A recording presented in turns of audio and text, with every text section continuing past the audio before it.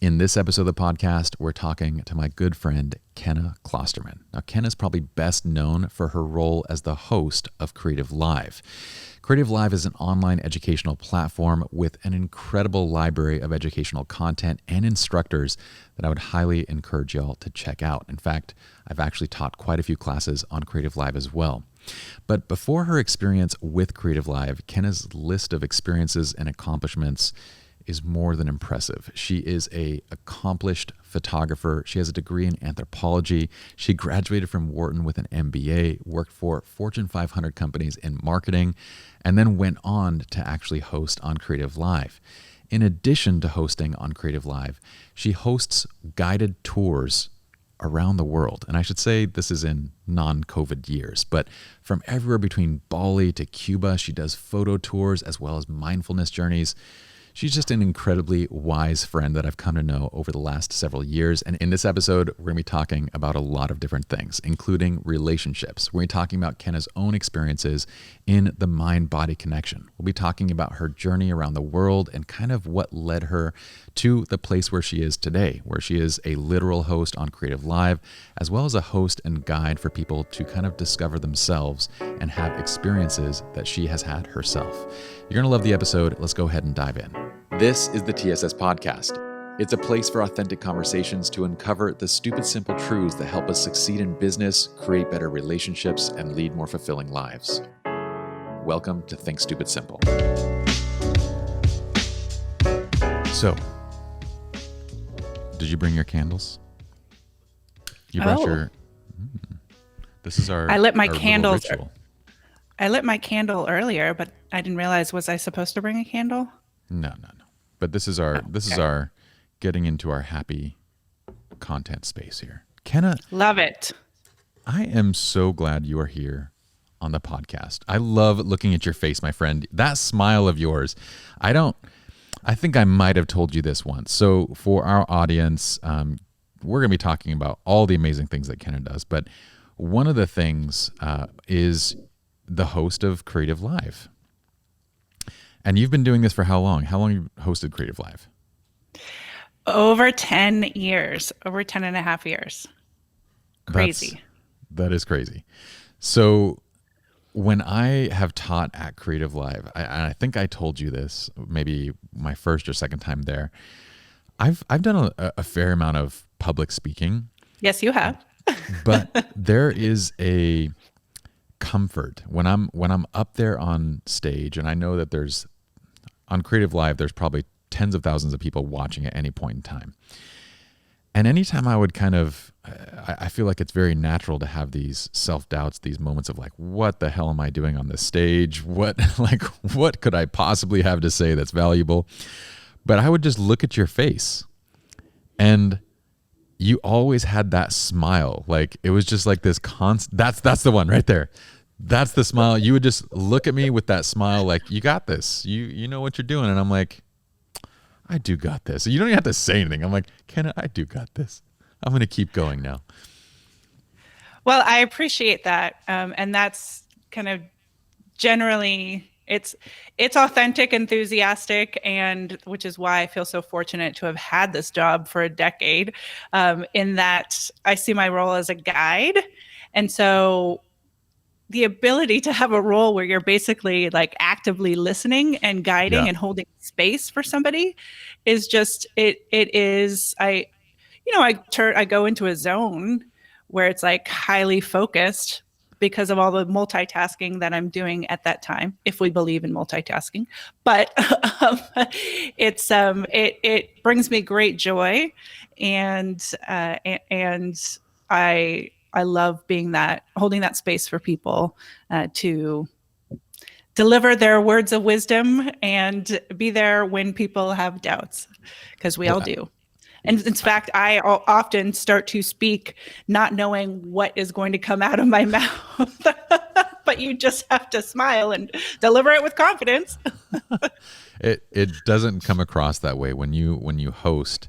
It sounds like you've done it a million times before. It is your comfort place.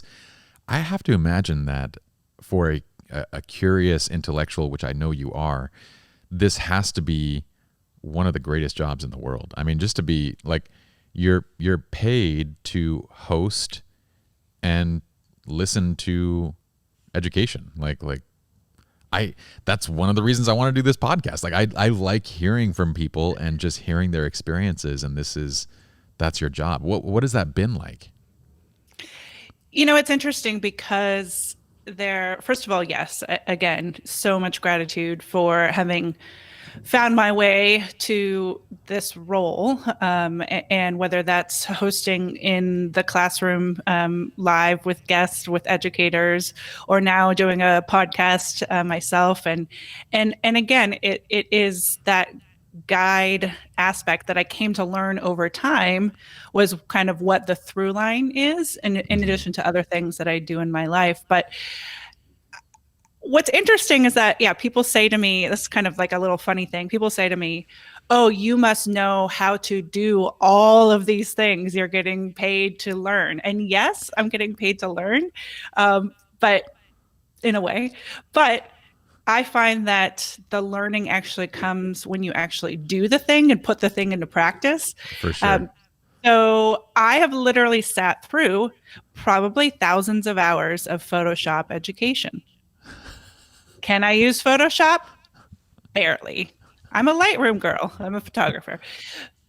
So it's interesting because, you can take a lot, you can consume a lot of information and knowledge, but then there's putting it into practice and actually learning it.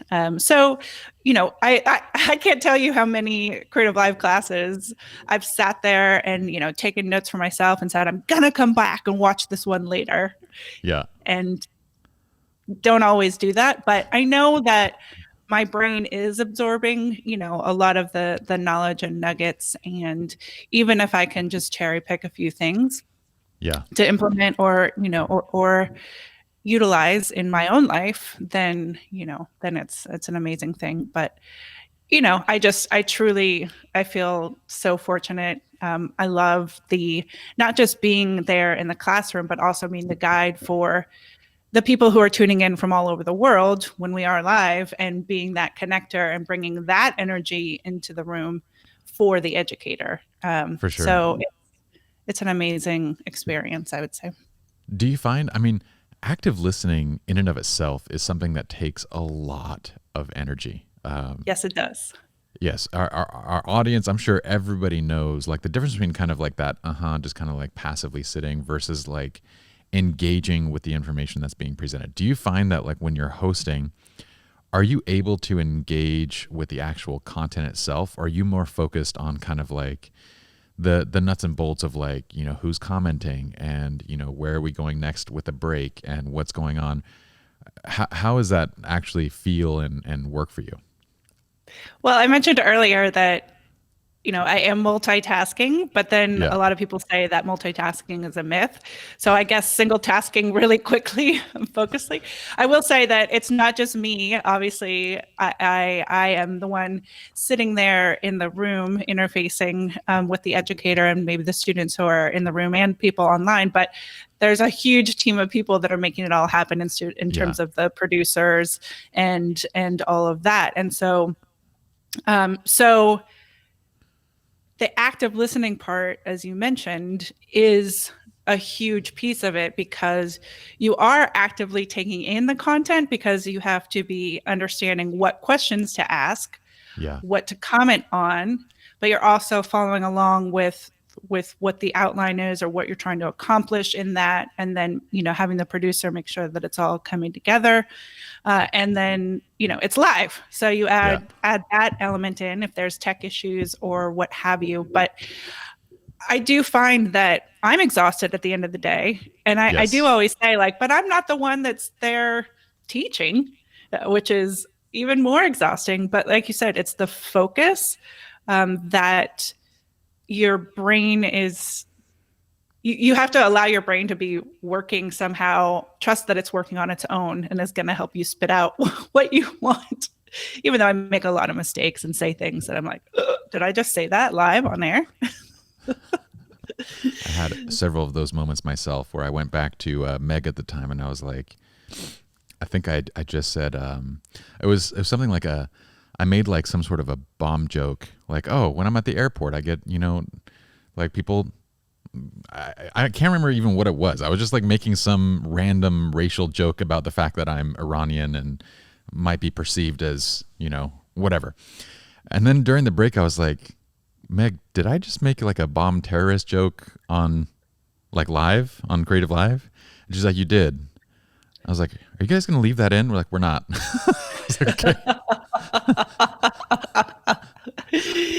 Exactly. But Yes.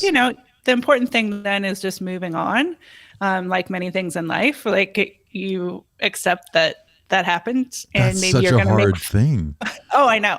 Maybe you're going to make fun of yourselves. Maybe, I always kind of think about like, what are the people behind the scenes like doing right now, laughing? I don't know.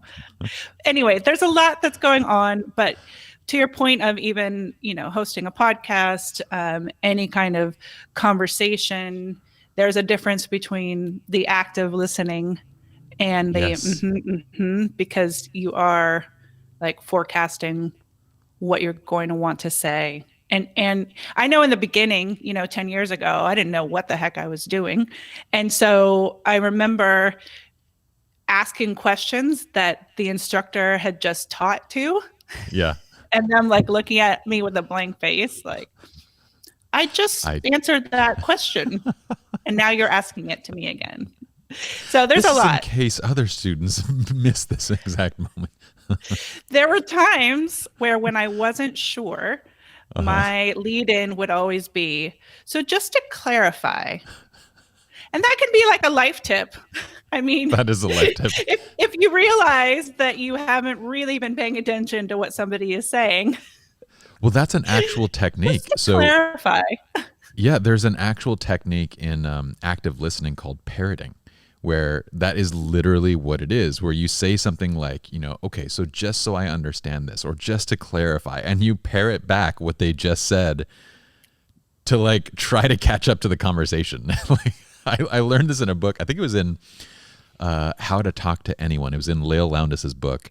And yeah, I was like, this is genius, because how often it's difficult to actively listen through, like, whether it's a sales meeting, whether it's, online content.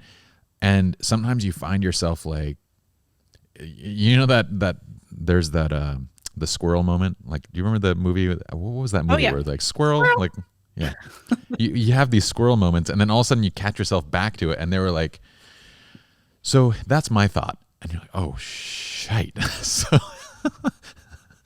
just to clarify, can you explain that one more time? Because I'm not sure. You know what I mean? And then they start going, you're like, okay, save myself.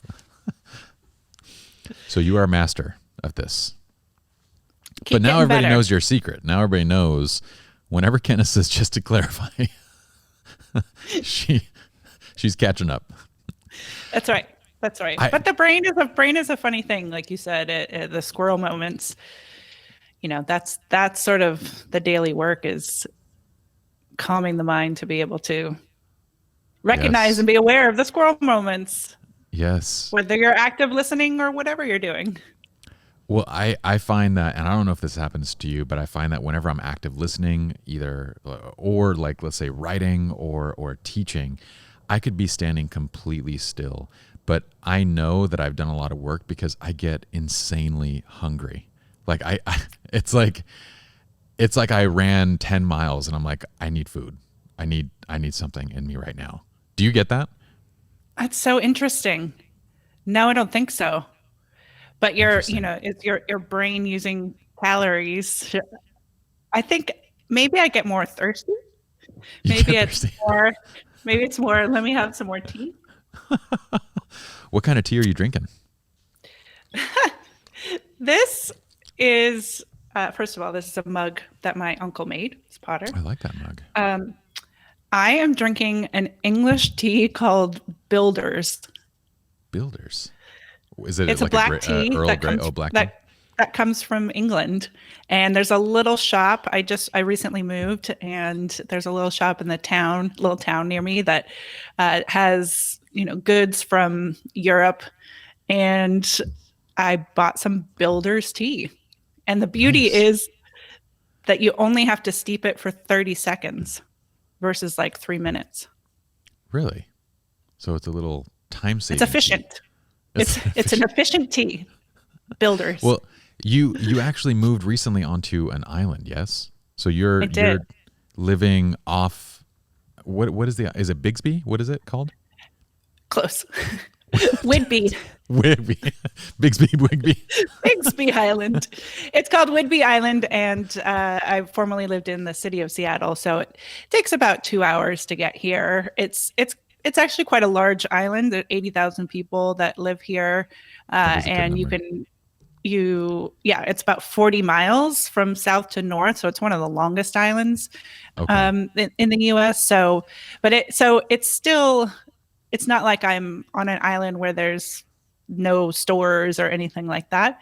But Yeah. there's just an energy level difference that sort of you drive over the bridge, or sorry, you take the ferry. In the north, you can actually take a bridge. Uh-huh. But normally in the south, come over the ferry, you drive up the hill, and it says, "Welcome to Island County." And you're like, I live in Island County. Do you feel like the pace is the pace of life kind of slower? Like, is it Hawaii lifestyle or is it a nice It's mixture? I Have you been to mean, Hawaii? oh yeah.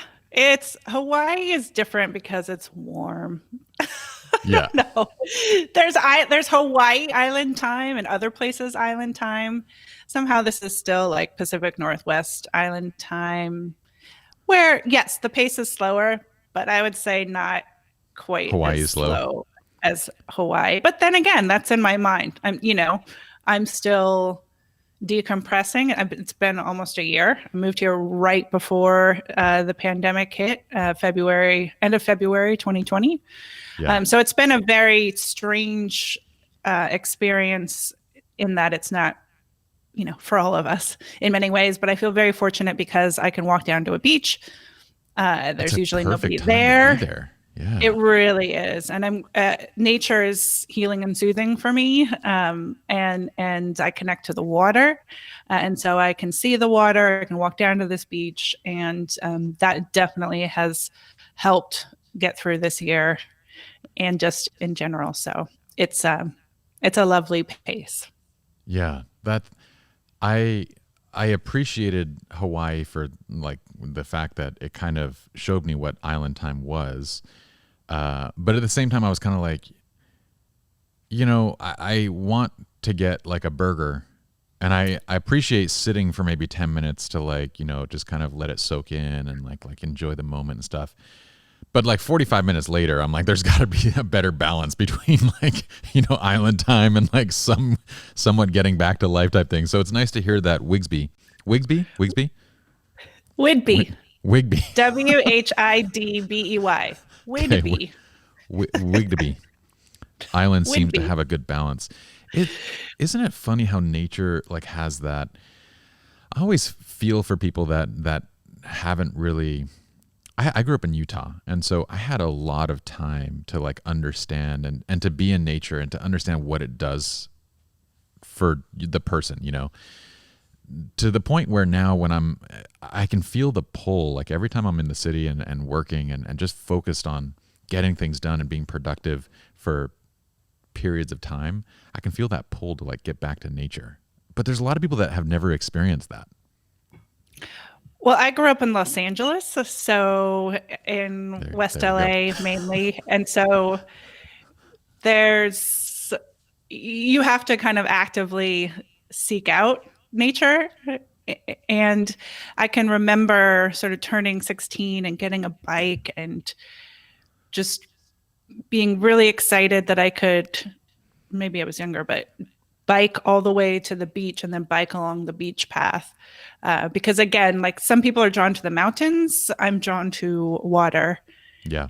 And so it's, yeah, I mean, I think being from Southern California, I don't know, I'm, again, that actively seeking water, but there are, again, like scientifically, there's the effects that nature can have on us as we're all living beings, and so giving yourself the time to do that, and just be versus doing, trying to keep productive, all of those things, is when you can put yourself into a nature scenario that kind of gives you a jump start on that.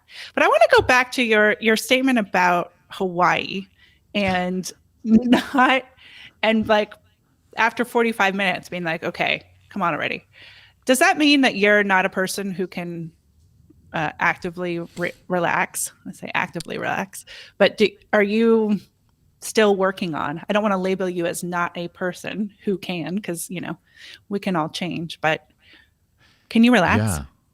Yeah. So okay. So I'm gonna answer. You're gonna unpack a lot right now. So my last trip to. Are you ready for this? Yes. Okay. My last trip to Hawaii kind of in many ways ruined it for me. It was a trip to Kauai, actually. Not that Hawaii's not an amazing place, but I was in Kauai. This was with my wife at the time, and I was out there for about a week before I had to shoot a wedding on Saturday. So we were like, let's make a vacation out of this. Anyway, things in our marriage were not going well. They had not been going well for 15 years. But it was Monday, I think the second day that we were in Hawaii, when several things happened, and it was kind of like a breaking point for me. And Monday, I just looked at my wife at the time. I said, I don't want to do this anymore. I want a divorce. And Tuesday, she left. So then, if you can imagine, I was on Tuesday, I'm left alone on the island of Kauai, which is pretty much like a romantic lover's paradise.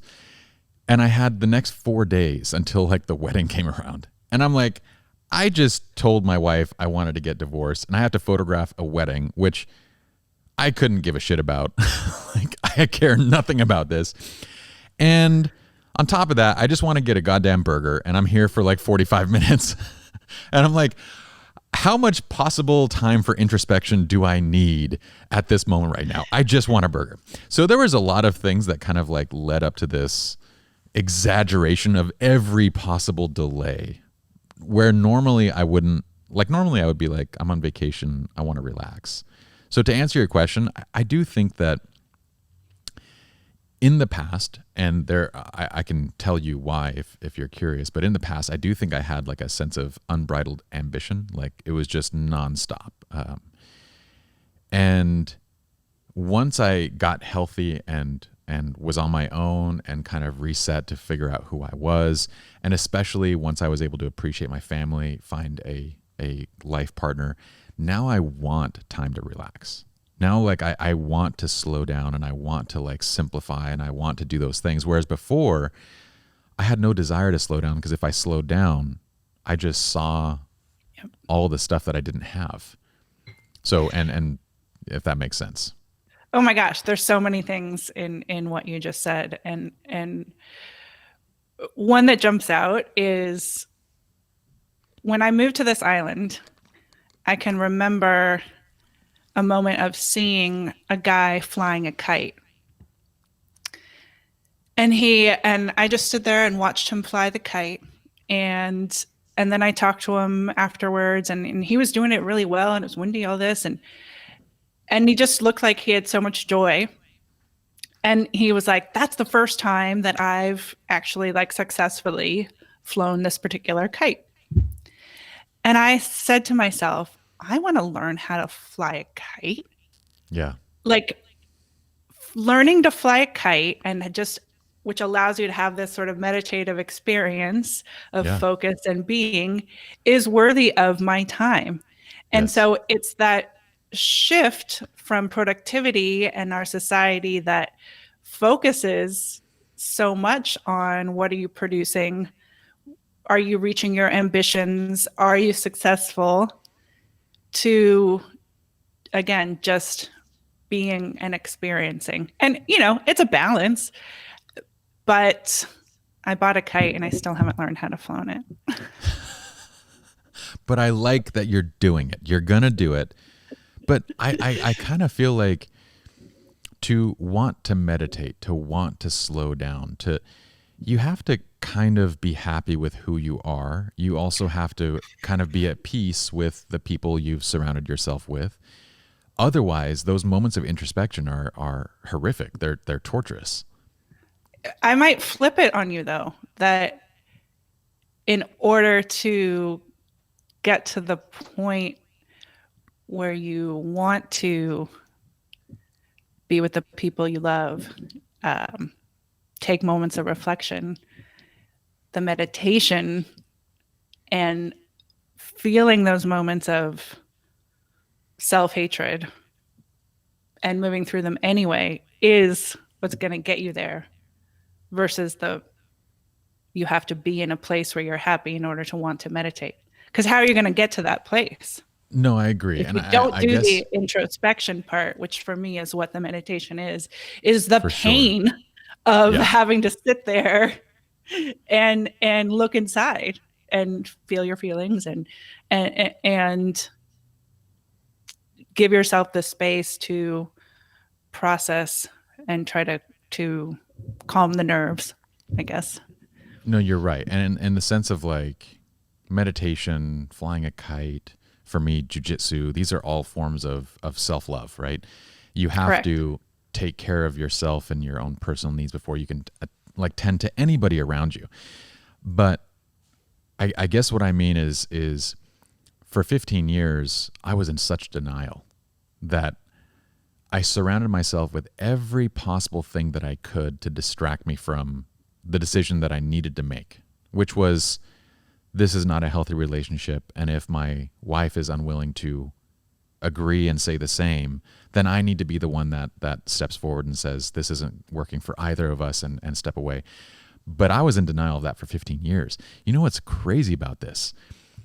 The love that I had for wedding photography, in large part, a big piece of that was due to the fact that I could photograph these weddings and see this genuine love and feel like I had it. And then as soon as I left the wedding, there was this sadness and driving home of realizing that I didn't. And I'd wait for the next high to feel like, it was this weird process of denial. And anytime that I slowed down, so I filled my schedule up with every possible thing, because anytime that I slowed down, I was left with the problem at hand, which was, this isn't working. You got to figure things out. So yeah, it was my form, like my ambitions, my work, everything that I did. I think I'm an ambitious person, but to the point where I would spend all my waking time thinking about business, working, doing all that kind of stuff, because it was a convenient distraction. Fortunately, it was healthier than, another form of addiction, alcohol, drugs, whatever it might be, but it served the exact same purpose. So I'm glad you bring this up, because this is a conversation that my best friend Susan Roderick and I, who was also a host on CreativeLive, that we have all the time, is that it's not just the addictive tendencies of, food, alcohol, whatever, drugs, whatever your thing is, that control or always having to be busy is doing something similar in terms of how it affects your life. Absolutely. And so, but that's, as Susan talks about, that's acceptable to our society, For sure. whereas other things are not. But I read the beginning of your book. Oh. And where you started to describe kind of what we were just talking about. Yeah. And first of all, I think it's amazing and bold that you are putting, a lot of yourself out there. You are vulnerable, whether that's, I've had you on my podcast, I've, just in the classes you teach, but it's really cool to see you, Pi, continue to, share your own story in a way that will hopefully guide and help others. And from a male perspective, I do feel that there's a lot of women who, including myself, who talk about self-love and discovering that for yourself. But I feel like there's less men in general that come out publicly with that. Do you find that to be true, or is that just from my perspective? No, I definitely think that there's less. There's also the reason why I was where I was because I kind of, you follow the examples that came before you, right? In my 15 years of that first marriage, I was kind of doing what my father had taught me, what I had seen in his relationships and failures and all those different things. And so I thought that what I was doing was normal. I thought that being miserable was normal. You know, like it's one of those things where if you grow up with that thing and there's not a lot of people that are talking and giving examples and telling you what it should be, and you just kind of think, yeah, marriage should be tough. And you don't realize that, like, yes, it's not an easy thing, but at the same time, there's a difference between like healthy versus unhealthy. And I was getting sick on a bi-weekly basis, Kenna. Like, and I couldn't even figure out why. I just thought like, okay, I must be really prone to this. And it wasn't until later I read a book. This is how much in denial I was. I had been studying relationships from the time that we got married all the way up through the end. And I read a book somewhere like halfway through that said being in a bad relationship will actually, like scientifically, they had shown that it will actually lower your immune system response by 30 to 40%. And I thought, that's crazy, but I'm so glad that I'm not in that situation. like this is Meanwhile, yes, this is the level of like, you know, so I tell my story and I talk about this stuff, and I want to create a system and a framework for this because I can't think of a single thing in life that's more critical to your success in the workplace as well as your happiness at home than relationships. And yet, if I were to ask somebody, like, what does a healthy relationship look like? I can never get a clear answer. That's what the beginning of the book that you read, it was all based on that one thing. Is that not odd to you? Like, through school, through everything? Yeah, there's a couple things that struck me to that point exactly is defining what a healthy relationship means. And again, it's, you know, not just romantic, you know, like you said, in all aspects of your life. And I don't know, I think, I mean, as we were talking about earlier, it's got to start with yourself and your relationship with self. And sure. And so maybe that's the answer, even though it's not, even though when you're talking about a relationship, you're talking about two people, what makes a healthy relationship. Maybe it's if both people are in a state of, you know, self-love, which sounds very idealistic, then that is a healthy relationship. That's the building blocks for it, 100%.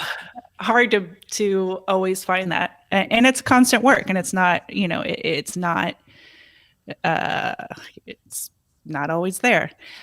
Can I go back to what you were talking about with the immune system and the stress and the being in a bad relationship? Because I kind of have a personal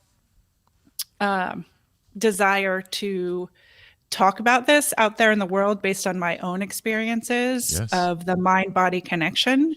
And so just again, to sort of plant some seeds for people who might be experiencing you know, something similar, whether it's being sick every other week. For me, it was back pain and chronic back pain. And I don't know have we talked about this? I don't know if we have. Okay. So I had a ruptured disc when I was 20 and had back surgery. Oh no. Took a semester off of college. Well, therein lies the question. I was not in an accident or anything that was a clear trauma. Physically, my disc was ruptured. That's crazy. However, the underlying cause was unknown at the time. Okay. Fast forward 20 years of different bouts in the hospital, different times of having a herniated disc again, chronic back pain. I would go through periods where I was fine, and then go through periods where I was writhing on the floor in pain, unable to move. And kind of had tried all options. And it wasn't until I got to a neurosurgeon who was not meant to be there for me to do surgery, quite the opposite, but to guide me in other ways to understand how the brain and pain work, and how that neural pathways, when you are when your body can learn pain in a certain area of your body and then be triggered, and then that can again send the neural pathways. Pain is trying to kind of protect you. And so I came to learn that my pain was because of certain lack of love, or feeling lack of love, or it had to do with early on relationships. Boyfriend had broken up with me. Like I don't want to go too deep into it, but basically, once I came to understand what the brain was actually doing, and he had me read these different books, and one is from Dr. Sarno, who talks about mind over back pain, and started to actively do things like writing, getting these negative self thoughts out of my head, my back pain went away. That's so crazy. And yet I 100% believe and agree with you. Like, I don't think people understand that the emotional trauma, the negative thoughts, feelings that we carry has a very physical impact on our bodies. And I saw this with my father, actually.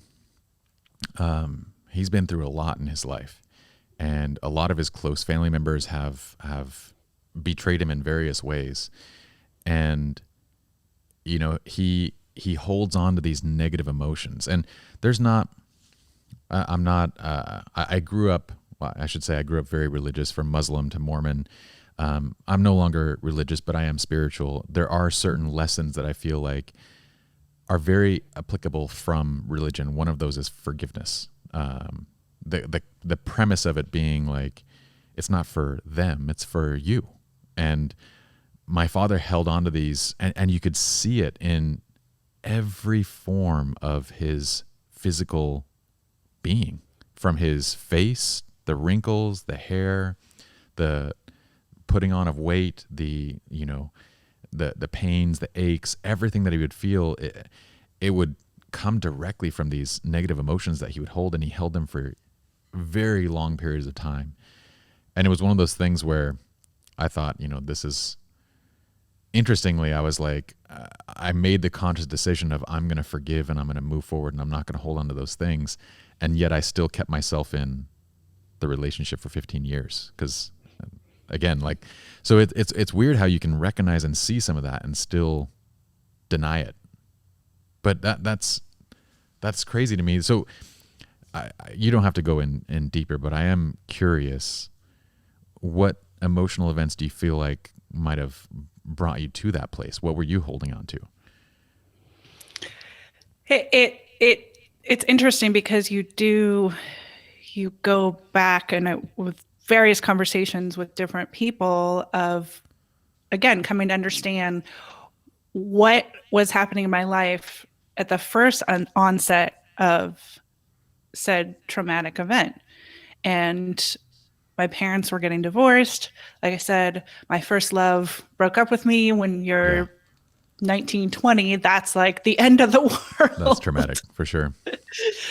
And combine that with that, therefore, me telling myself that I wasn't worthy. And physically, I held that in my lower back. And that's a place in the body of stability, of foundation. And sort of my self foundations were being rocked. And so it later was able to actually put two and two together in retrospect, that like another time when I went into the hospital was a week prior to my boyfriend breaking up with me in my 30s, like many years That's later. crazy. Yeah, Right. that's wild. And it's this feeling of unworthiness in relationship Yeah, that it's pretty incredible how that could be cause so much physical pain. But again, it's holding on to these traumas in your body, and it's your brain sending pain signals. that's Um, crazy. yeah.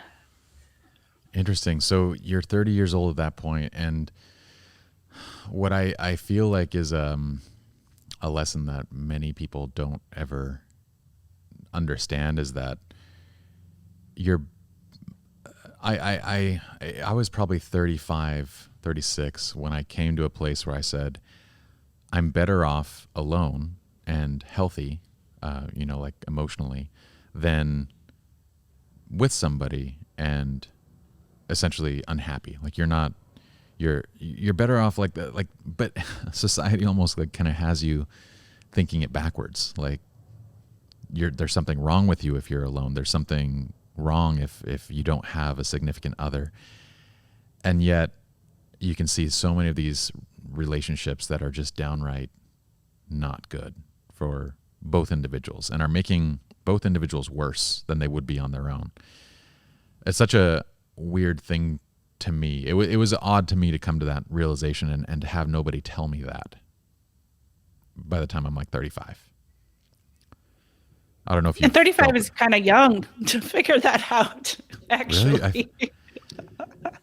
I don't know. No, I mean, we aren't taught that. And I don't know. I mean, I am single, no kids, no pets, and a handful of plants. That's often how I Pants can be describe. plants. Plants are pets. Plants are pets. And part of that was sort of a conscious decision of, choosing a particular lifestyle. And when you're a woman and you're hitting your 30s and you're in our society, that is looked down upon. And, you were, at least in my generation, I mean, things are very different now for people who are in their teens and 20s, I think. Young kids, the millennials today. But at the time, it was very much, I went to an all-girls Catholic high school, and we had a project that was planning your wedding. It was like a school assignment. That's so wild. And so, you just thought you were going to get married, have kids. And so therefore, when you aren't drawn to that, you think there's something wrong with you. And it's still me not coming to terms with, but like, I'm still doing the self-work, I'm still, coming back to what you said, you've got to love and trust yourself before you can truly do that with others, and in whatever kind of relationship it is, I guess. For sure. It also means that the only person that would be able to live up to you and the standards that you've set for yourself is one that has similar values, in the sense that they've done the same work. They've come to the same, conclusions. They are a healthy individual themselves. Otherwise, once again, it creates this mismatch. But what's crazy to me is, and by the way, it's not unusual. I mean, in Utah today, you're still encouraged to be married in your early 20s. And it's not necessarily spoken out loud in the sense of like, you're not directed, you're not told to be married when you're young. It's just implied and encouraged through this culture around you. Everybody's doing it. And if you're 24, 25 and unmarried, you're odd one out. Like, but the lessons on on like what to look for, the lessons on you're doing a lesson on planning your wedding before you're doing a lesson on planning who you should marry, like what you should look for and who you like, what that to me is Who you insane. are, Yes, or who how to you set are. up your finances, or like what you want to be when you grow up. I don't know. It's it is, I haven't thought about that in a long time. I'm curious that just popped up, that whole wedding project. It's wild. Well, do you notice this? What did you do before? Tell me about your path, kind of leading up to CreativeLive. Oh, okay. Long story. The short of it is We got time. You don't got to give me the short of it. true. Okay, true. Um, Studied anthropology in undergrad. Really fascinated by how humans work and function and behave, and cultures and society, sociocultural anthropology. Also photography, which has been my sort of passion since high school, darkroom days, black and white. My sort of outlet in artistic expression, but also just a way of experiencing the world.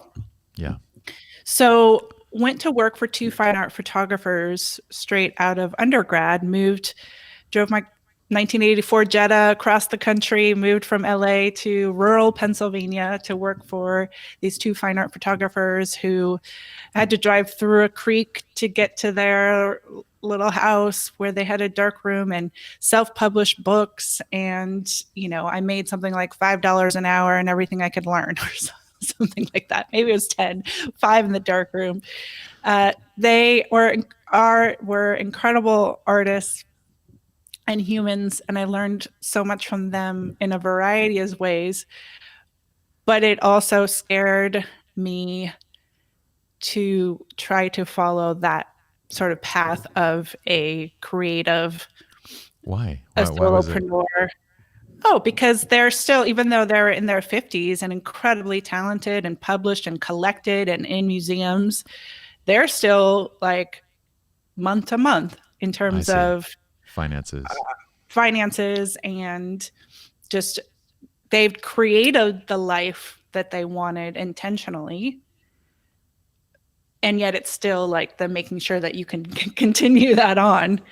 And Yeah. so that scared me. I also didn't think I was talented, and just the whole, like, how do you do that as a career side of it when you're 23? And I wasn't talented enough, like so after, and this was, there was a recession and people stopped buying art. And so they had to let me go. And so I was only like a year into having moved to rural Pennsylvania, living on a horse farm, LA girl. But I was like, well, this is an adventure. Like, now what do I do? So I found a job and helped, and through a couple of things, and then became the first employee of an entrepreneur who did patent consulting as an electrical engineer. And I helped him then build this business that was not just patent consulting, but then we raised money to do targeted advertising on television.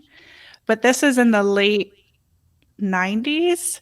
So it was trying to work with, it was basically what is now easily known, targeted advertising. That is what Google and Facebook and everything exists on. But it was going to be like through your TV, where you could tell who was watching by like the changes of the clicker.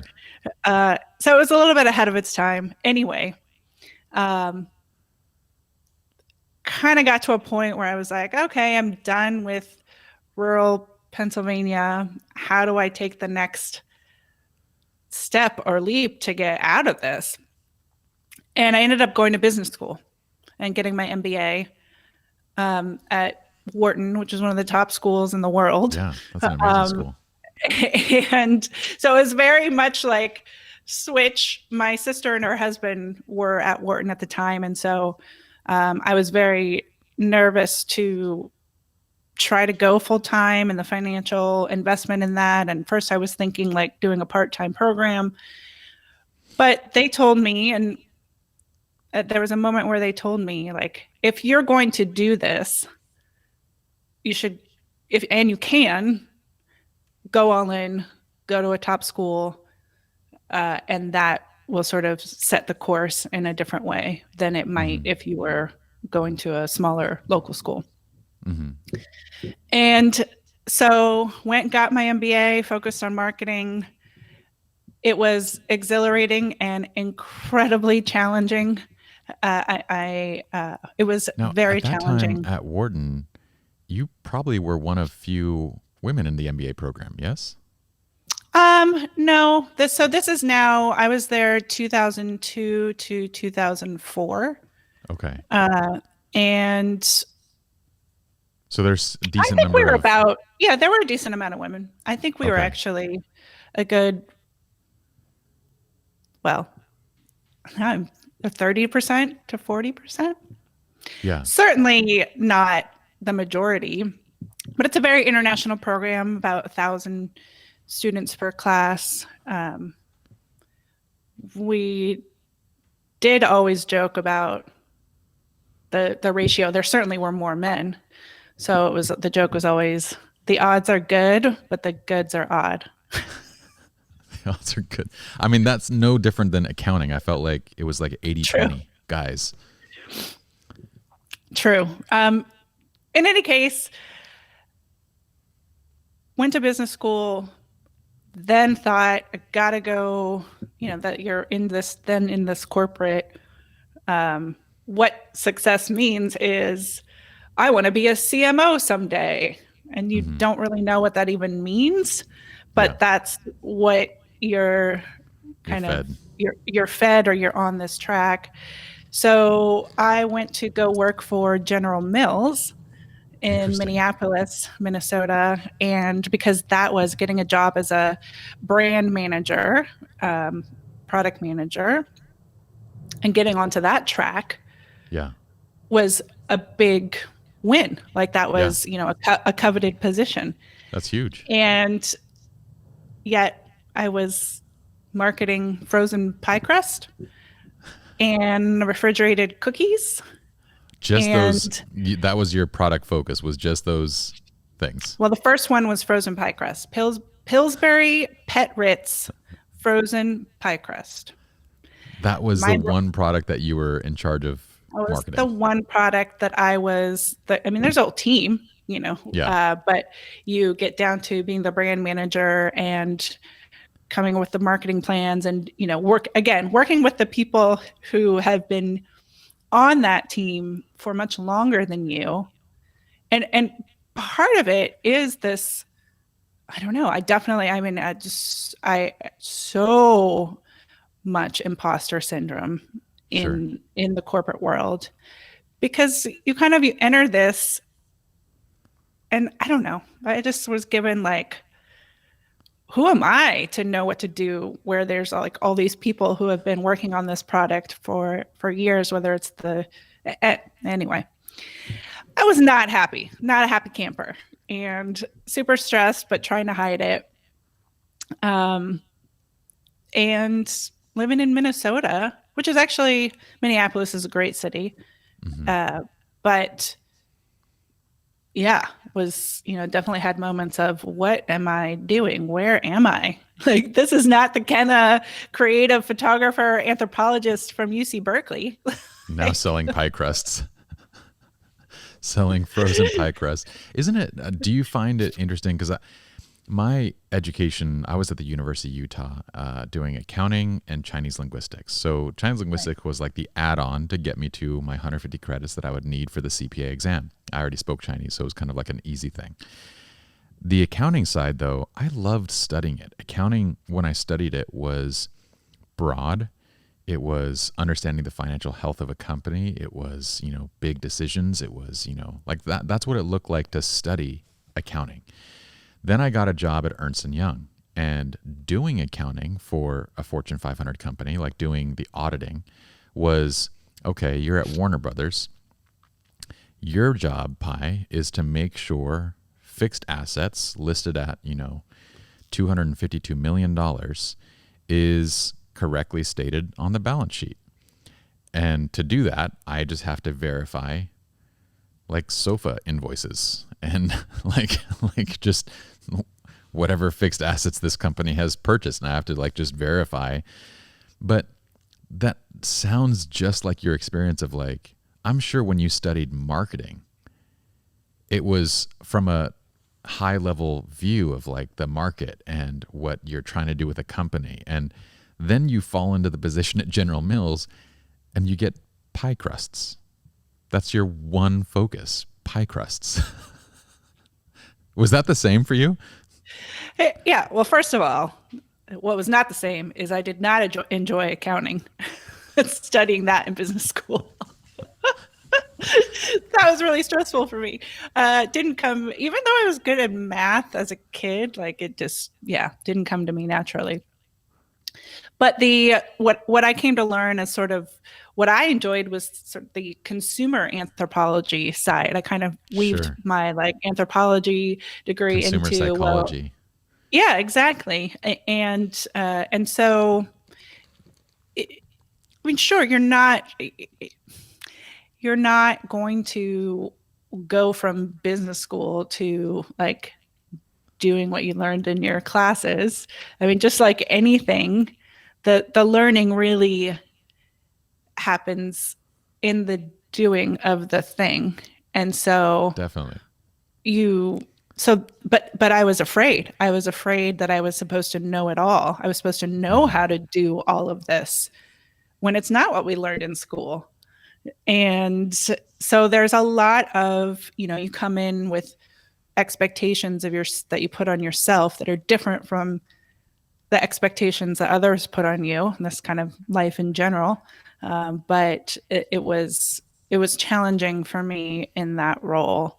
And I mean, not all of it. There's a learning curve, and you're supported, and I have other people who are sort of have entered as MBA students that are, or grads that are going through this with you. But it wasn't a fit for me and who I am, but I thought that I was failing. And that repeated itself multiple times until I then got to CreativeLive, or found myself, at CreativeLive. And so sort of to fast forward through those, I had an opportunity. My sister and her husband live in Seattle. So after a year of General Mills, I was out visiting and did sort of an informational interview with one of my sister's friends who had just started a job at Getty Images. And so again, love photography. And so, and fell in love with Seattle, and got family, all of that. And so I turned out that I was thinking, oh, well, maybe I'll meet this guy, and great connection to have. And maybe in a few years, there would be a possibility, or maybe that's something to aim for. Well, there happened to be a job opening at that time for sort of the role that I was in, and in a product marketing role. Ended up interviewing, getting the job. So moved to Seattle at that point and was like, photography and marketing. This is awesome. Yeah. And then a year and a half goes by, and I'm kind of in the same scenario for myself where I am feeling imposter syndrome, feeling overwhelmed, feeling like I don't know what I'm doing, and everybody can see that. And even though now I know that potentially wasn't the case, and that that's my stress, and I'm creating all of that and my expectations and everything. But at the time, it was so debilitating that to my mental health that I ended up choosing to take a leave of absence for mental health. And because I got to that low point. And then I did it again. Having graduated from Wharton with an MBA, doing the things that you've done but yeah, I know that feeling well too, because I think it's with all of us. But it's crazy that you had imposter syndrome despite all those accomplishments. Don't we all? And the most Yes. successful people, I feel like, have that imposter syndrome. And maybe not everybody. I mean, this concept of having to know everything right away, and this like perfectionist mentality or thought patterns, habits, that actually is tied back into a personality type that is common for this sort of mind body syndrome of chronic pain or Interesting. other. So there's, there's a lot of connections to that. But and so the back pain was also, very intense at those times as well, which then just leads you in this spiral with regard to, not being a good place mentally, and then not being a good place physically. Um, How did but you how did you overcome that imposter yeah, syndrome? Because I don't know that, at least for me personally, it's not something that I've ever overcome. It's just something that I've gained better tools with to like handle, but I still feel it. But for that's you, precisely, no, that's okay, precisely it. I mean, the imposter syndrome changes into whatever, potentially new role or place that you're in. yeah, And it, to your point, the goal is to come around to learn how to manage that yeah, feeling, um, no matter, because it's going to come, whether it's imposter syndrome, stress, anxiety, fear, sadness. Those are all human emotions, but it's thinking that you were, when I was younger, thinking that I wasn't supposed to have those, or that there was something wrong with me, or I'm broken. So it's just, it's a lot of learning the tools, and having an amazing uh, family, friends, a support system, um, and putting into practice those tools that, that I was being taught. And it's a lifelong journey. yeah. But I was able to come out of that, um, go back to work at Expedia, because then I was like, woo, travel and marketing. That's my other passion in This is life, my is recipe travel. now. Yes, passion plus, marketing. And very will always be grateful for my friend Eleanor, who I had gone to business school with, who hired me, and so was a contractor there for coming up on a year or so, and then decided to leave and travel around the world for a year and try to sort of pursue photography in that way, but also just decided that corporate world, I wanted a break, and I chose to prioritize that, and had two friends that were also single, no kids, and we decided to invest in ourselves in this journey, and traveled around the world for a year, and learned a lot about myself in that time and the You gotta, world. And you can't give it to me that simple. You got to tell me about this. You got to go into this part. This is quite possibly you took a year off just to travel. What was that like? I did. What was it like? I mean, it sounds glamorous, but it is incredible, and hard, and just, I mean, nobody can take those experiences away from me, which is why I do try to prioritize experience in life, Hmm. learning to that, the flying of the kite. um, Yeah. uh, I was exposed to so many people and cultures, and um, that that's what brings me joy. Um, And, and it's a risk. It's a big risk as well. And it happened to be the year of 2008, and the economy tanked. Yep. So I kind of like to say that, like, I spent all my money that in savings traveling around the world, while other people lost it in an instant. So that's how I justified my investing all that money in myself and that experience. And my love for travel has continued to this day, and part of why I run tours and retreats in addition to working at CreativeLive is, again, wanting to guide people to have those types of eye-opening and transformational experiences where you realize not that we're all the same, because cultures and and everything is, those have influenced who we are as people, but we're all looking for the same thing. Yeah. What was Love. what was one of the first maybe transformative things that you got from that? I mean, you're 30 years old at that time. You went with two friends. Was it 30? I was 34. I was Okay. 33, turned 34 at that time. And you went with your two friends. And what was the first? Where did you guys go first?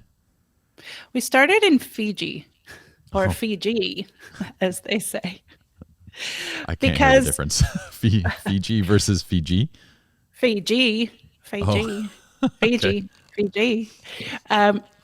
We purchased a round the world ticket, and you can still do this, where you're kind of identifying the legs of the trip, and it's based on miles. So we kind of went westward, and our concept was to follow the sun and try to hit summer in all kinds of places, which when you're in India in beginning of May, might not be. It's hotter than hot. So we're like, oh, maybe that wasn't the smartest idea. Summer in some places is not the same as in others. Anyhow, so we realized our first stop was going to be New Zealand, but then we realized that Fiji was on the way to New Zealand. And so it wasn't really like extra money. We could just have that be part of our journey. And so we sort of made our way westward. And I laughed because I was about to say something and then decided not to say it. Dang it. I feel like we're all worse for not being able to hear whatever that was. What was a transition? I mean, transformational. Yeah. I think, just right away, you're placed in scenarios where you're just seeing how different life is in other parts of the world. I can remember, and it really brings you to presence. And maybe that's it. Maybe that is that type of travel. And so it's not like you're going around staying in 5-star resorts. Is it really brings you to presence quickly and brings you to discomfort quickly. And so you sort of you layer being not just physical discomfort, but we stayed in a lot of not nice places. Dives. But yes. But so not just the physical discomfort, but the sort of you are literally out of your comfort zone, places where you don't speak the language, having to figure things out. This is before you had your smartphone. I mean, we had no phone. We were going to internet cafes where you pay like $5 an hour, which was our budget for a day, or maybe depending on the country. So it's very different. You learn to anyhow, I was thinking about envisioning the scenario of just sitting on a boat, going from one little island to another and going into and observing this church service, and standing in the back of it and just, again, feeling present, feeling privilege to be able to experience and bear witness to other cultures and other ways of life, which really kind of just puts you in a different place.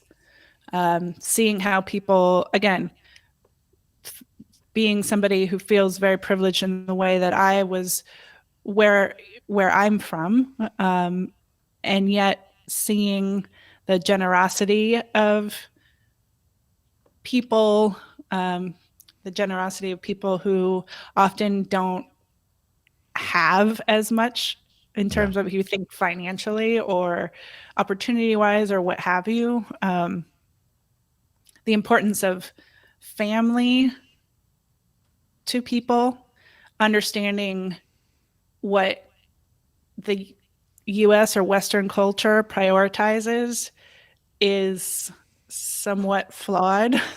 Yeah. The individualism versus community, the questions of, in other countries, the question that somebody asks you right away is not, what do you do? Meaning, what do you do for a living? Yeah. Meaning, how do you make money?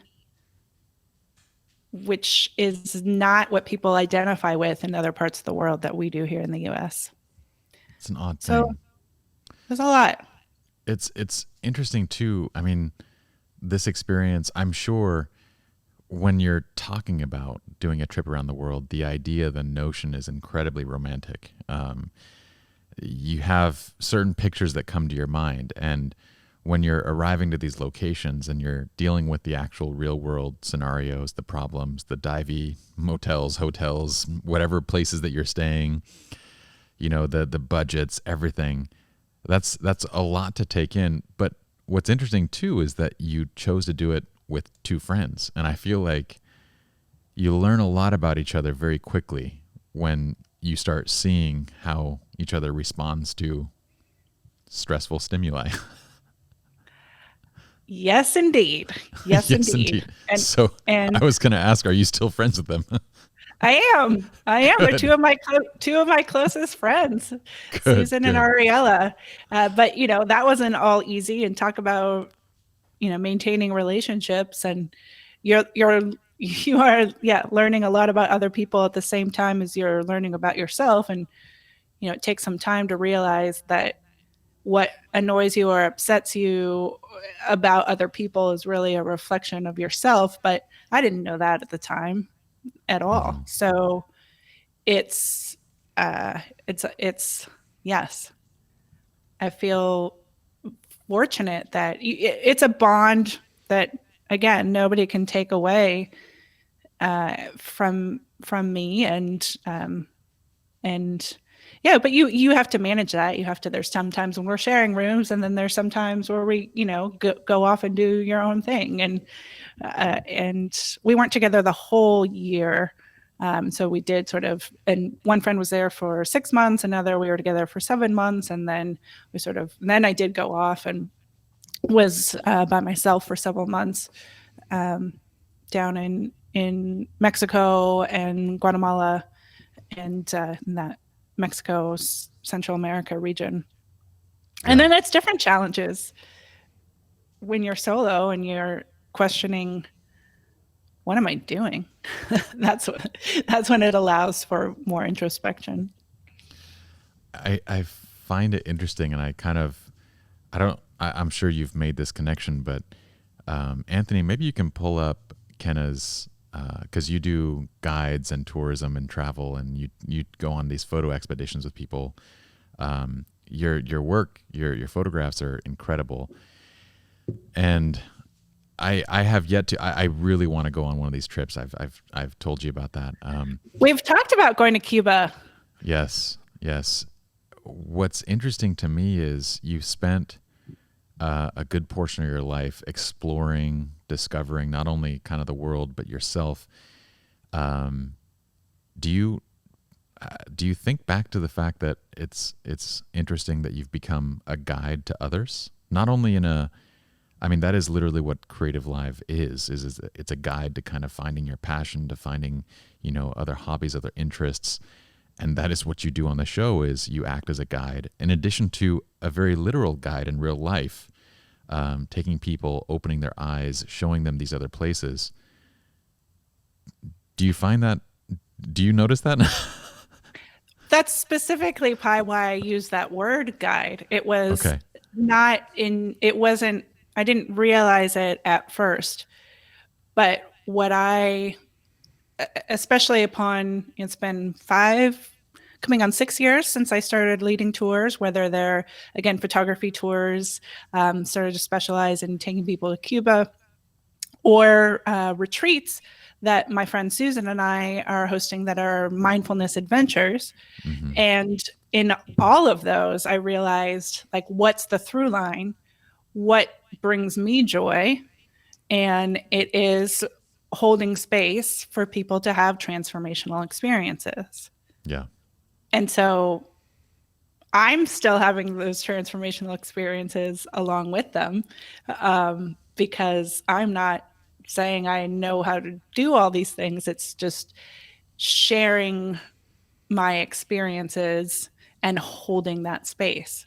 Yeah. Intentionally. And so for me, it was really cool when I realized, like, oh, that's the through line, because you don't always equate that with, like, I'm the host on Creative Live and I'm leading these tours. Yeah. So that is kind of what I have come up with. Like, my life's purpose is holding space for other people to have transformational experiences. I think you also just nailed my biggest tool for imposter syndrome too, which is coming to the realization that I can hold space for somebody's growth and education without having to know everything myself. That's right. The release of, like, it's okay to not know. Like, I stepped into this space of relationships and I'm like, who the hell am I to be? Normally this space is reserved for doctors and PhDs and psychologists and all this stuff. And it took me a bit of time to kind of come to grips with, like, maybe that's why what I have to say is maybe worth saying, because I can hold a space and environment for these conversations that a doctor wouldn't, because they approach it from a very different standpoint, whereas I can approach it from a very real world, very practical kind of place. I don't have to know all the answers. I just need to hold space for the conversation and allow someone else to grow.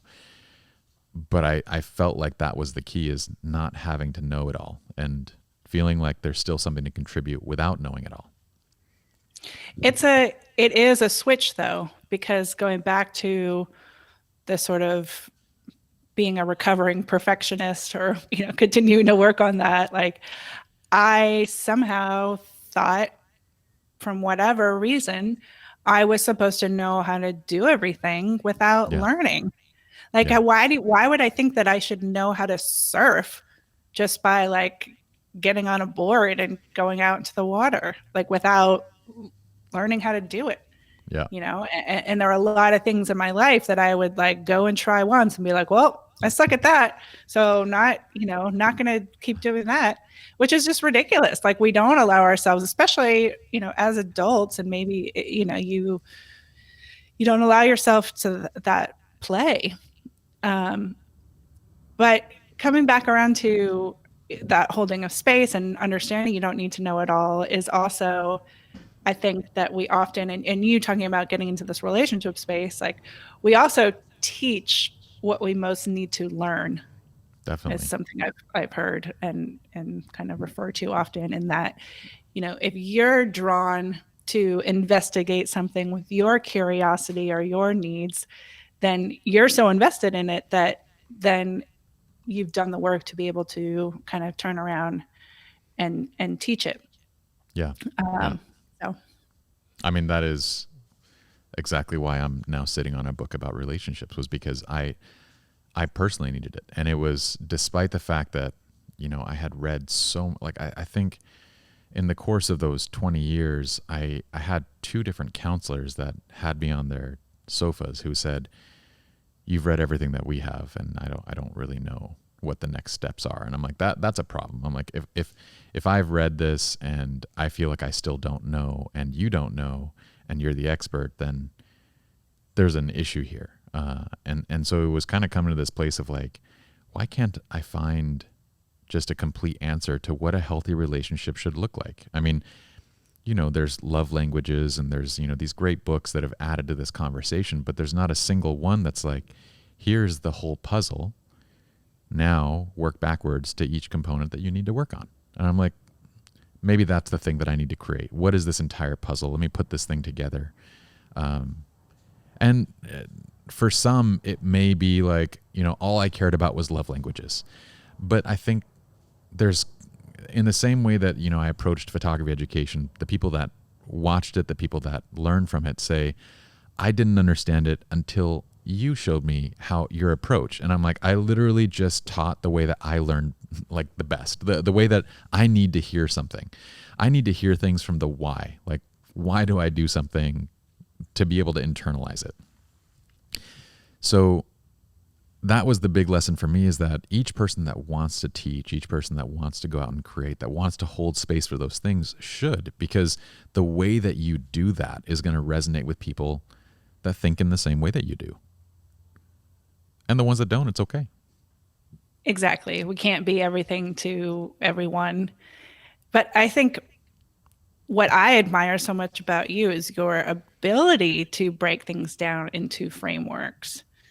And that is, I don't know, I feel like even though we often sort of want to create outside of frameworks or what have you, like it's often within those, having a framework, having discipline, having that we can be more creative. I don't know. And I guess, I'm curious, I haven't gotten, through the pre-version of the book, but I imagine that the creating of frameworks allows you to then explore in a different way. Is that the case? For sure. Yes. I mean, it's interesting because kind of like your path that led around several different places, it took me a long time to realize my path and the thing that I love doing more than anything, my superpower, if you will, is frameworks. And it's funny because I was doing this when I was 19 years old with what's the fastest way to learn a language? And then I did that with Cantonese and then with Mandarin, and then I wrote books on how to do that. And then it went into, I went and became an accountant, which was miserable. And then eventually I went into photography, and then it was, okay, how do you compose a shot? How do you light? I need frameworks for each of these things, because there might be those people that are naturals at something. I always hold the 0.01% genetic chance that you're just naturally gifted at something. But for the rest of the 99.99% of us, the only way that I can learn something and internalize it is by understanding every piece of the why behind it, to have a framework. So that's what I've been doing for a long time. But I mistakenly thought for a long time that photography was my passion, that this is the thing that I wanted to do. And what I found myself doing repeatedly over and over was collecting data and creating frameworks over and over. That was the one thing that I would do with my time that I could just, I'd get tired of photography. I get burned out, but I don't get tired of creating frameworks. But probably to the point where I annoy people. Like my jiu-jitsu instructor, he's been doing, he's been teaching for 30 years. Kenna, I'm in the very first class. I've got the whitest of white belts. I mean, this belt hasn't even been washed yet. This is like brand spanking new white belt. And he's saying okay, once you're on top of the person, this is what you're going to do. And I'm like, why do I want to be on top? Like he called it's called mount, right? Why do I want to be in mount position? What is that for? And he's like, it's a fight. And I'm like, okay, so what's the benefit of being on top? And like to other people, it's like this completely asinine format of questions. But then that is the way my mind works. Like I can't know that I want to be in this position of mount unless you tell me like why I need to be there. It just doesn't make sense to me. Whereas for everybody else, maybe it makes sense, but it doesn't to me. So I did that with photography, with everything. What I want to know is, I mean, how do you manage collecting all of this data? Like, are you keeping a notebook? Are you like, that's what is, I don't have necessarily the science mind around like data collection, compiling, or maybe I do, and I'm not seeing it in the way that I envision it might be for you. But how do you do that?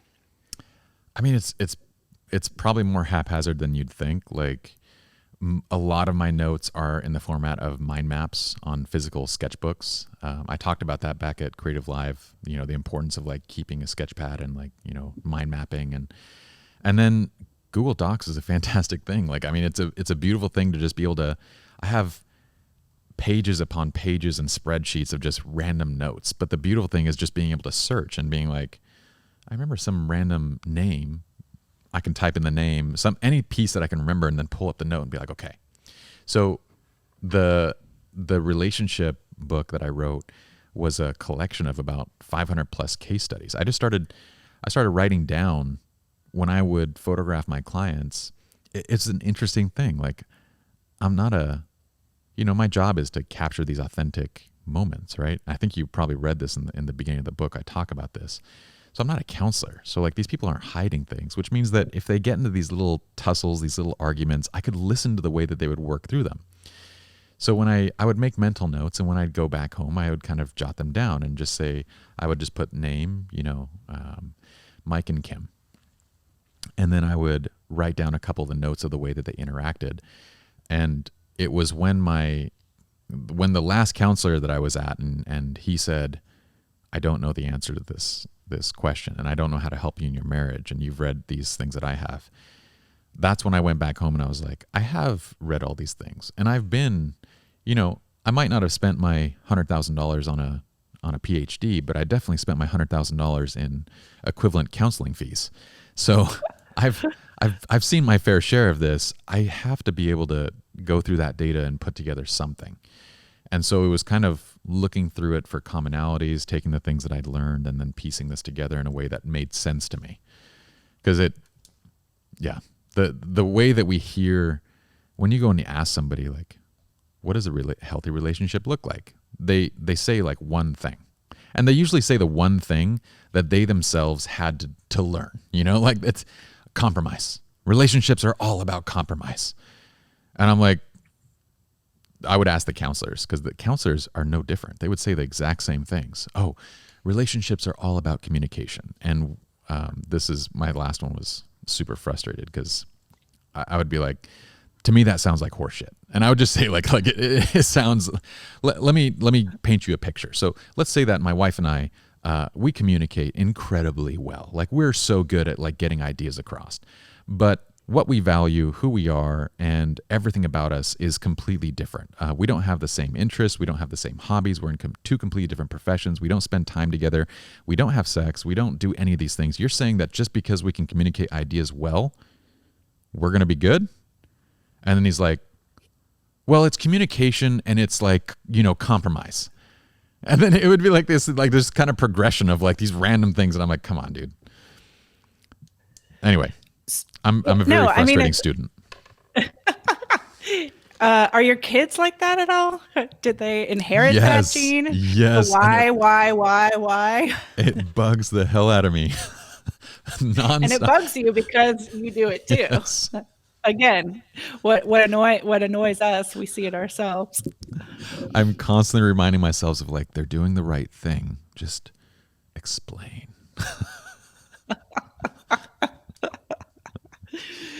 Maybe next it's going to be how to understand relationships starting in kindergarten. I don't know.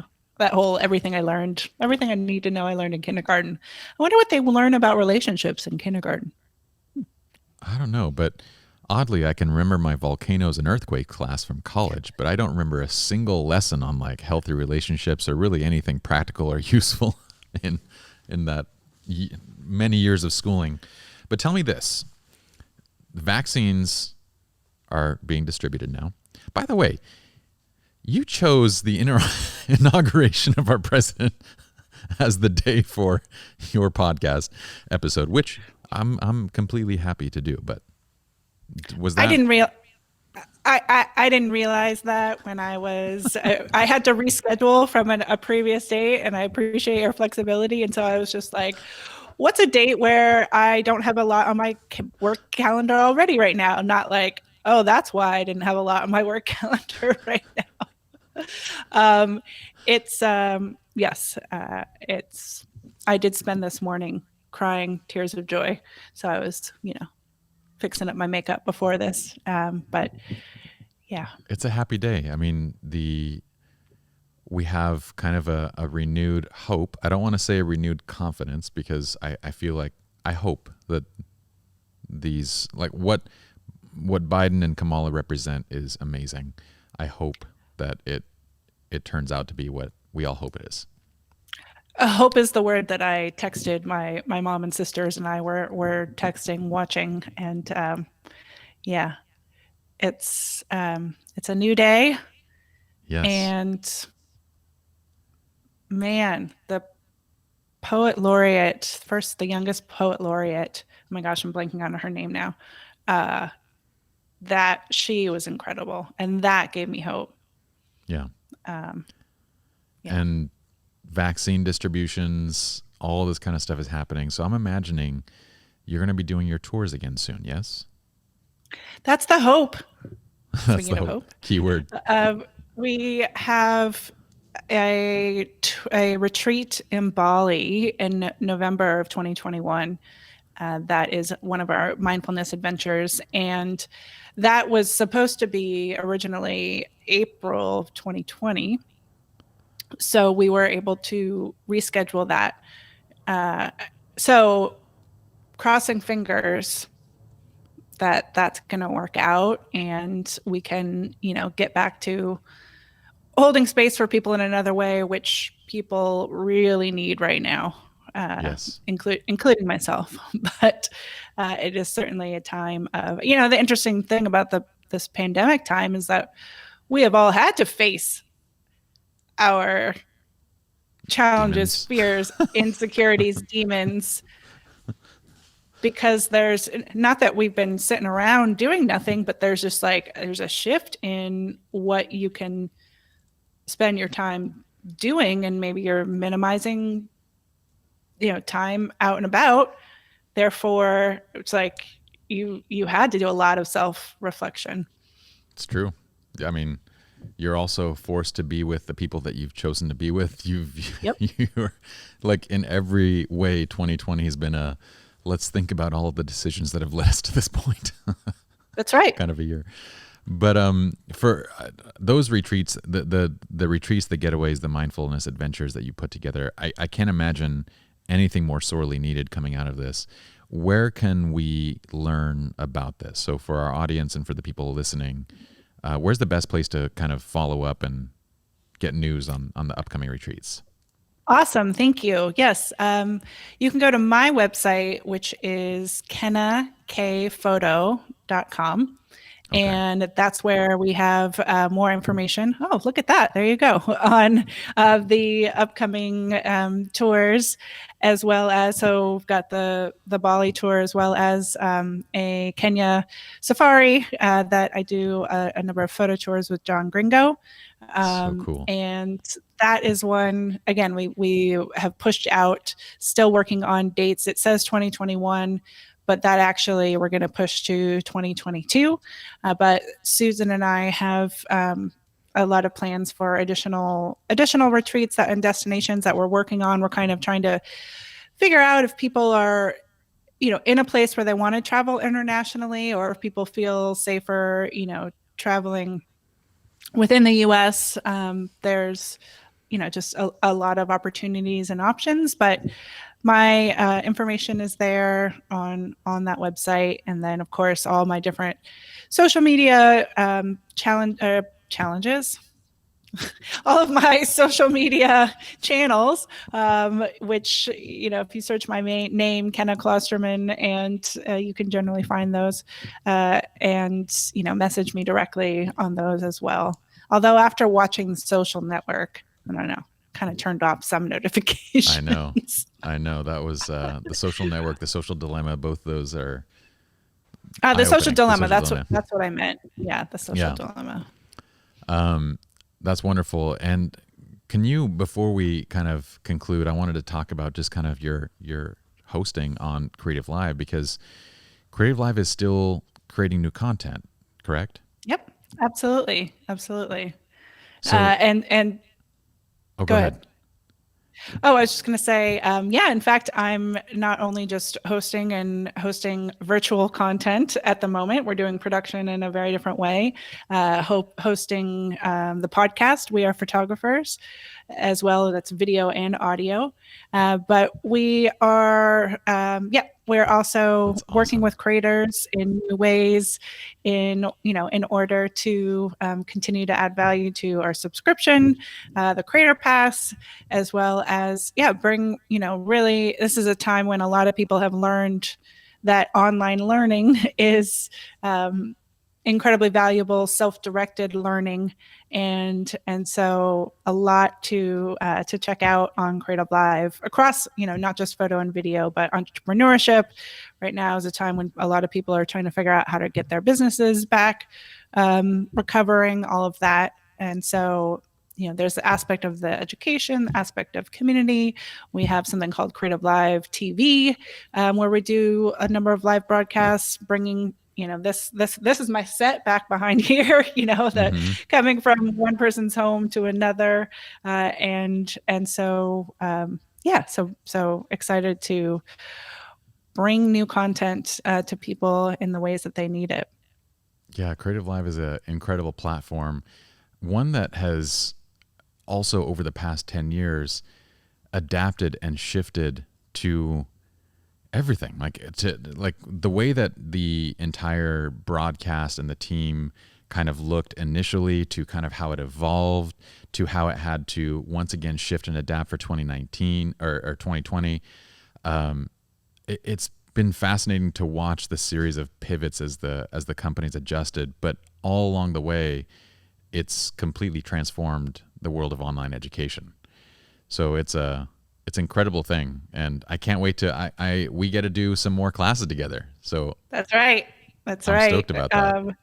It is, it continues to be such a joy to be able to connect people with resources and access to people like yourself, Pi, who they wouldn't necessarily, have access to in person, depending on where they live. And just my favorite part is still whenever we're doing live broadcasts, which you can find on Creative Live's social media as well. A lot of the lives that we do now are broadcast there, in addition to Mm-hmm. on Creative Live TV.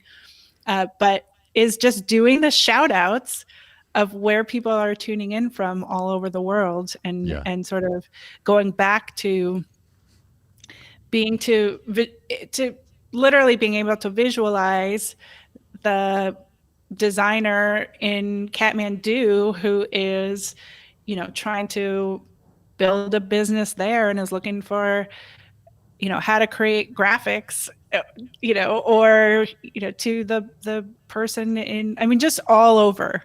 Yes. And it again allows us to connect, know that we're not alone, know that we all struggle. That's the great part about the interacting when live is you can feel that you're not alone, especially in this time where a lot of us are just physically not seeing as many people.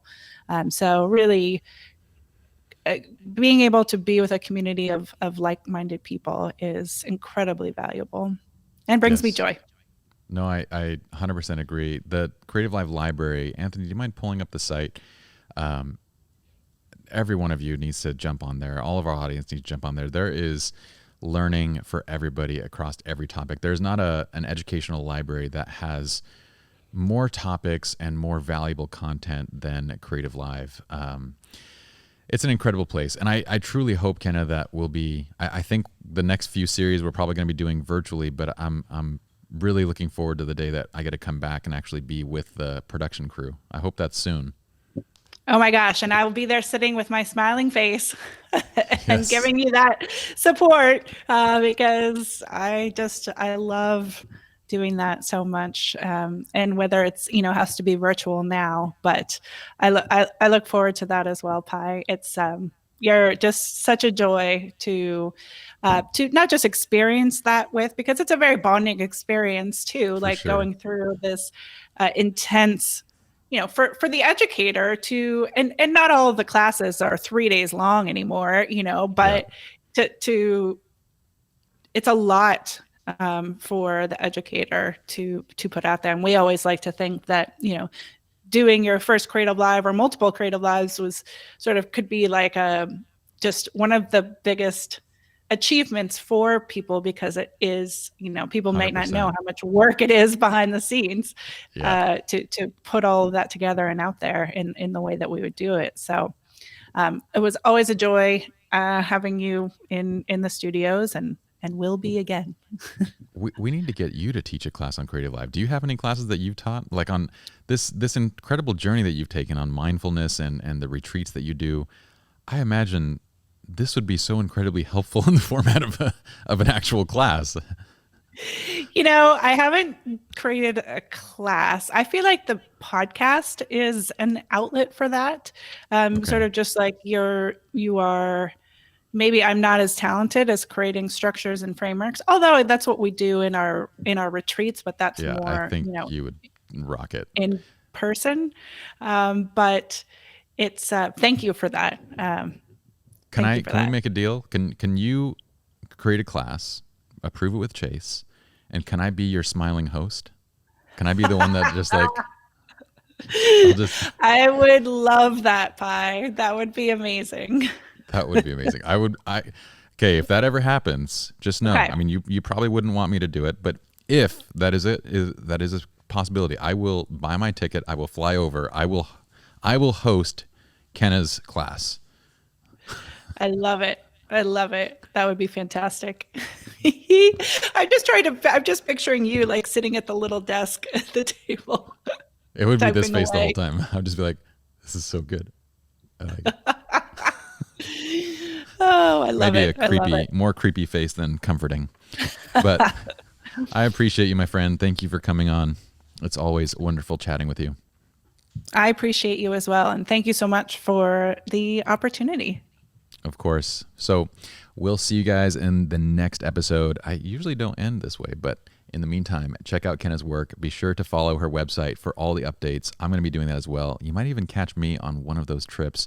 I got to figure out how to navigate that with 4 children, but we'll say goodbye for now. Bye. Bye.